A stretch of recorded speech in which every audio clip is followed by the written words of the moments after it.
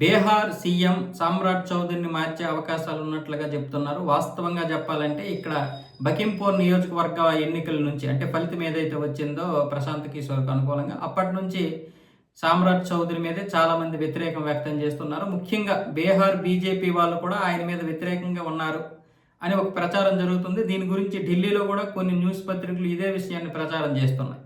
మార్పులు ఒకవేళ ఉండొచ్చేమో అని చెప్పి. కానీ వాస్తవంగా చెప్పాలంటే ప్రశాంత్ కిషోర్ ఎక్కడ సక్సెస్ అయ్యాడంటే ఇక్కడ కనుక బీజేపీ గెలిస్తే మొత్తం సామ్రాట్ చౌదరిని మీరందరూ కూడా ఆమోదిస్తున్నట్లే అని చెప్పాడు. అంటే బీజేపీ గెలిస్తే ఆమోదించినట్లే అంటే ఓడిపోతే ఆమోదించినట్లు లెక్క. ఆ విధంగా జనస్వరాజ్ పార్టీ గెలవడం, బీజేపీ ఓడిపోవడం అనేది సామ్రాట్ చౌదరిని ఎవరు కూడా అంగీకరించలేదు అనే నిర్ధారణకి రావాలని చెప్తున్నాడు. కానీ వాస్తవంగా చెప్పాలంటే ఒక నియోజకవర్గం ఓడిపోయినంత మాత్రాన మొత్తం రాష్ట్రం అంతా కూడా ఒకే దీంట్లోకి ఒకే ఘాటిని కట్టడం కరెక్ట్ కాదు.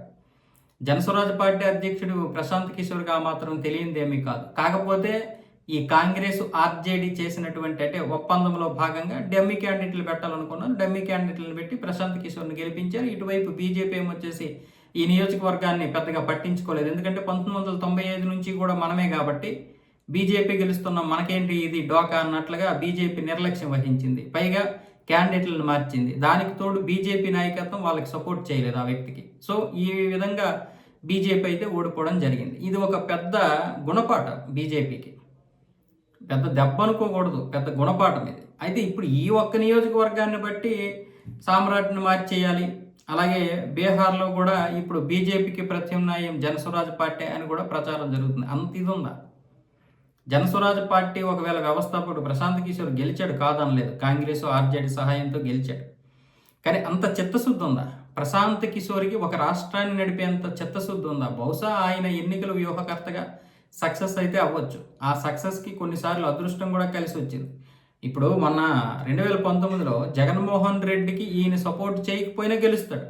ఎందుకంటే అటువైపు తెలుగుదేశం మీద విపరీతమైనటువంటి ఒత్తిడి ఉంది, కోపం ఉంది, ప్రజల్లో వ్యతిరేకత ఉంది. పవన్ కళ్యాణ్ ఆల్రెడీ బయటికి వెళ్ళిపోయాడు పార్టీ నుంచి, పొత్తు పెట్టుకోలేదు, ఒంటరిగా పోటీ చేసింది. ఇటువైపు ఏమొచ్చేసి జగన్మోహన్ రెడ్డి ఒకసారి ఓడిపోయాడు. పైగా మీ రాజన్న బిడ్డ ఒక్కసారి అవకాశం ఇవ్వండి అడుగుతున్నాడు, పాదయాత్ర చేశాడు. మరి ఇవన్నీ ఎటుపోతాయి? కాబట్టి 150 కాకపోతే 145 అయినా వస్తాయి, అందులో ఎటువంటి సందేహం లేదు. కాబట్టి ఆ రోజు ప్రశాంత్ కిషోర్ ఉన్నా లేకపోయినా జగన్మోహన్ రెడ్డి యొక్క గెలుపుని ఎవరు ఆపలేరు. అలాగే మమతా బేగం గెలుపుని కూడా ఎవరు ఆపలేరు. మరి ఇప్పుడు ఎందుకు గెలిపించుకోలేకపోయాడు ఐబ్యాక్ ద్వారా? కాబట్టి ఈయనకి కొన్నిసార్లు అదృష్టం కలిసి వచ్చాయి. ఆ విధంగా గొప్పోడు అనుకుని చాలామంది అన్నారు. సరే గొప్పోడు అనుకుందాం, కానీ ఒక రాష్ట్రాన్ని పరిపాలించేంత గొప్ప స్థాయి ప్రశాంత్ కిషోర్కి అయితే లేదు. నేషనల్ మీడియా ఏదైనా మాట్లాడుకునే కానీ ఈరోజు జంతర్ మంతర్ వద్ద ఒక్క ఇది నిరసన తెలిపేసరికి అది సక్సెస్ అయిపోయేసరికి అది బీజేపీ ఓటమి అనుకుంటున్నారంటే బీజేపీ గెలవడం వల్ల ఎంత ఏడుస్తున్నారో అర్థం చేసుకోవాలి మనం.